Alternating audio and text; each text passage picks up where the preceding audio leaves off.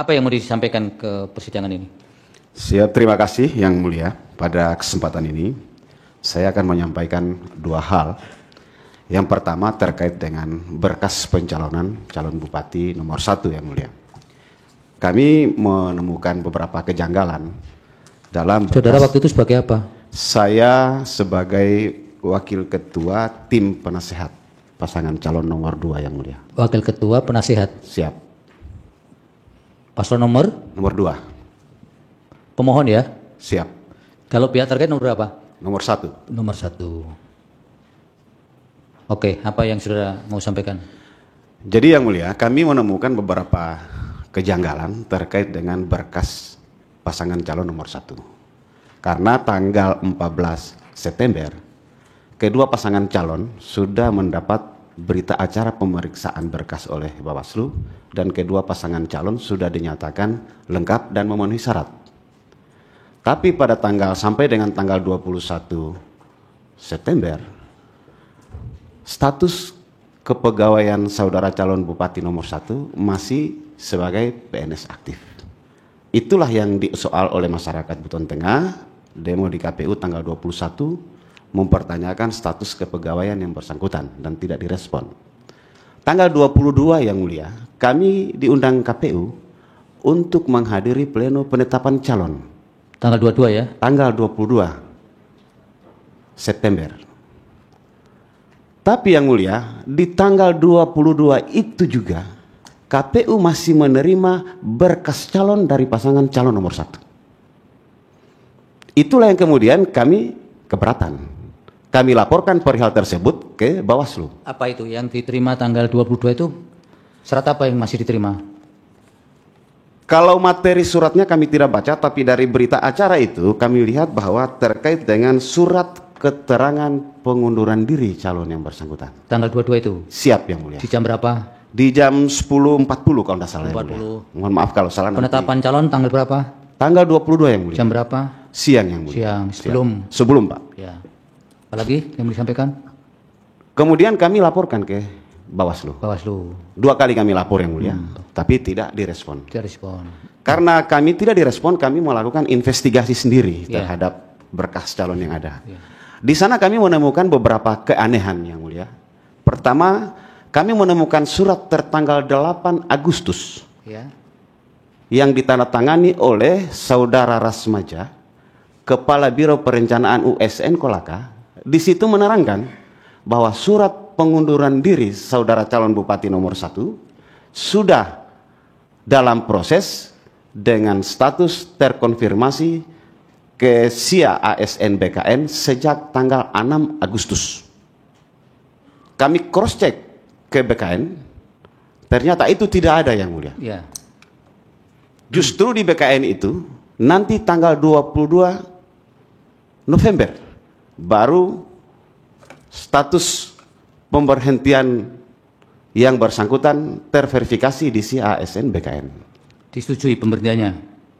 Siap Yang Mulia, di tanggal 22 Yang Mulia. Ya, oke. Apa lagi Pak? Kemudian Yang Mulia, pada soal SK pemberhentian yang bersangkutan, kami juga menemukan beberapa kejanggalan. Tanggal 31 Oktober, SK pemberhentian yang bersangkutan sebagai ASN yang janggal apa? Langsung jelaskan saja Pak. Jadi di SK 31 itu ada kesalahan. Kemudian direvisi, diusulkan untuk dilakukan revisi di tanggal 15 November, ditandatangani oleh pihak kampus USN Kolaka. Tapi yang aneh Yang Mulia, di tanggal 15 surat itu ditandatangani untuk diusulkan ke Kemendikti, justru di tanggal itu juga terbit surat atau terbit SK baru yang ditandatangani oleh Mendikti pada hari yang bersamaan. Ya. Aneh itu ya menurut Bapak? Siap, aneh menurut kami. Tapi faktualnya seperti itu ya, kenyataannya ya? Siap Yang Mulia. Apalagi Pak, cukup ya? Masih ada lah Yang Mulia. Apa? Terkait dengan kami menemukan beberapa dugaan pelanggaran. Apa itu? Pada saat pelaksanaan pemungutan suara di tanggal 27. Apa? Jadi terdapat di sejumlah TPS. Sudah dapat laporan atau melihat sendiri? Kami menerima laporan karena kami menerima informasi dari tim Yang Mulia. Ya, tapi kami sudah investigasi. Ya. Kami menemukan ada lebih kurang 10 TPS yang kami anggap bermasalah pada saat hari pemilihan Yang Mulia. Apa masalahnya? Di 7 TPS itu permasalahannya adalah terdapat pemilih yang sudah berpindah status kependudukan di luar Buton Tengah, sudah di 7 TPS ya? Di 7 TPS yang mulia. Sebentar, pelan-pelan. Siap. Siapa pemilih itu namanya? Di TPS 4 Kelurahan Boneoge itu atas nama Lain Sele dan Wa Alumia. 2 orang yang mulia. Lain C dan? Lain Sele dan Wa Alumia. Wa Alumia. Wa Alumia. Nia. Siap. Dia mestinya nyoblos di mana? Yang mulia? Dia mestinya nyoblos di mana? Dia tidak boleh nyoblos yang mulia, karena yang bersangkutan KTP Papua terdaftar secara online sebagai wajib pilih Papua. Terus? Tapi dia memilih di TPS 4 Kelurahan Boneoge. Di daftar pemilih tambahan sekalipun, tidak? Di normal, di daftar pemilih tetap, di daftar pemilih yang bukan tambahan maksudnya?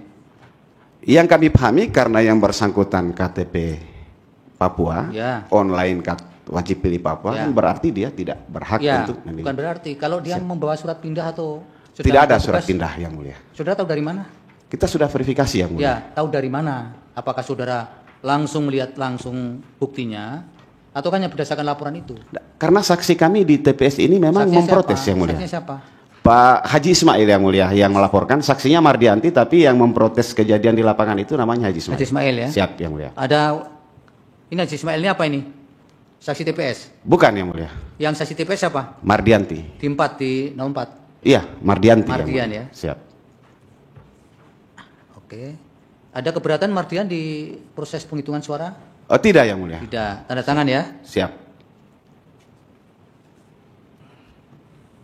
Jadi adanya kasus yang orang Papua tadi, Mardian tidak keberatan. Siap. Apalagi Pak? Saya lanjut barangkali menyebutkan beberapa TPS yang menurut data kami. Ya semua, ada tidak yang di antara yang Bapak sampaikan itu yang tidak tanda tangan? Tidak ada yang mulia. Tidak ada. Semua tanda tangan ya? Siap. Kemudian di tingkat PPK apa masih dipersoalkan Pak? Tidak yang mulia. Tidak. Kenapa? Baik yang mulia. Jadi mereka yang sudah berpindah KTP di daerah lain dalam hal ini, ya, kebanyakan di Papua. Pertanyaan hakim. Ya, siap yang mulia. Kenapa persoalan-persoalan yang ada di 7 TPS yang menurut pemohon atau timnya Bapak itu adalah persoalan, pertama di TPS tidak mengajukan keberatan dengan tidak membubuhkan tanda tangan. Kemudian di PPK juga tidak keberatan, kenapa? Ini pertanyaannya.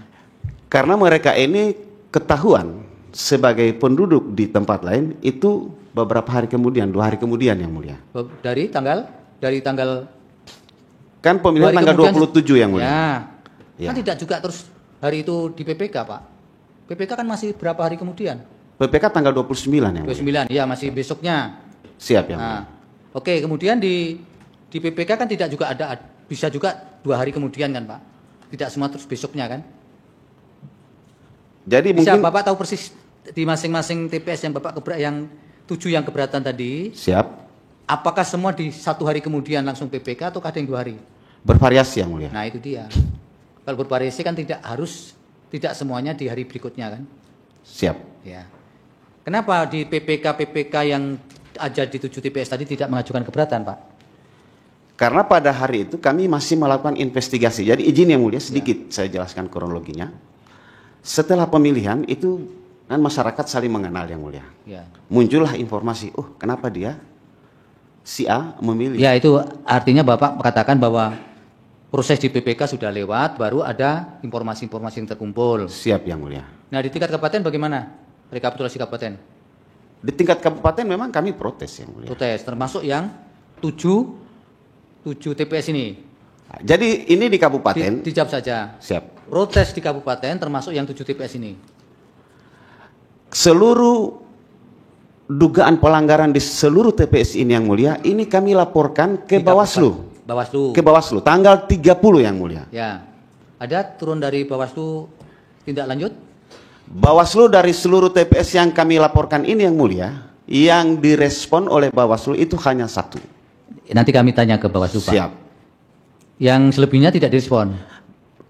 Tidak direspon. Jadi saya jelaskan tidak direspon itu pengertiannya begini yang mulia. Bawaslu Buton Tengah sejak tanggal 2 itu komisioner Bawaslu tanggal 3, mohon maaf, tanggal 3, komisioner, ketua dan komisioner Bawaslu Kabupaten Buton Tengah itu sudah meninggalkan tempat, sudah keluar dari Buton Tengah, entah kemana, sudah tidak bisa diakses, sehingga seluruh laporan kami sudah tidak terlayani, Yang Mulia. Ya, itu tanggal 3, Yang Mulia. Tanggal 3 ya, tanggal 3 sudah tidak bisa diakses. Ini tahapannya sudah sampai di mana tanggal 3 itu, Pak? Kami sudah melapor di Bawaslu. Bukan. Siap. Tanggal 3 itu rekapitulasi sudah tingkat mana ini? Pleno Kabupaten sudah selesai, Yang Mulia. Tanggal 3 itu? Siap. Tapi akan dilaporkan dari Jadi kami melapor sejak tanggal 30, izin Yang Mulia. Ya, tapi tanggal 3 yang tidak bisa diakses ya? Siap, Yang Mulia.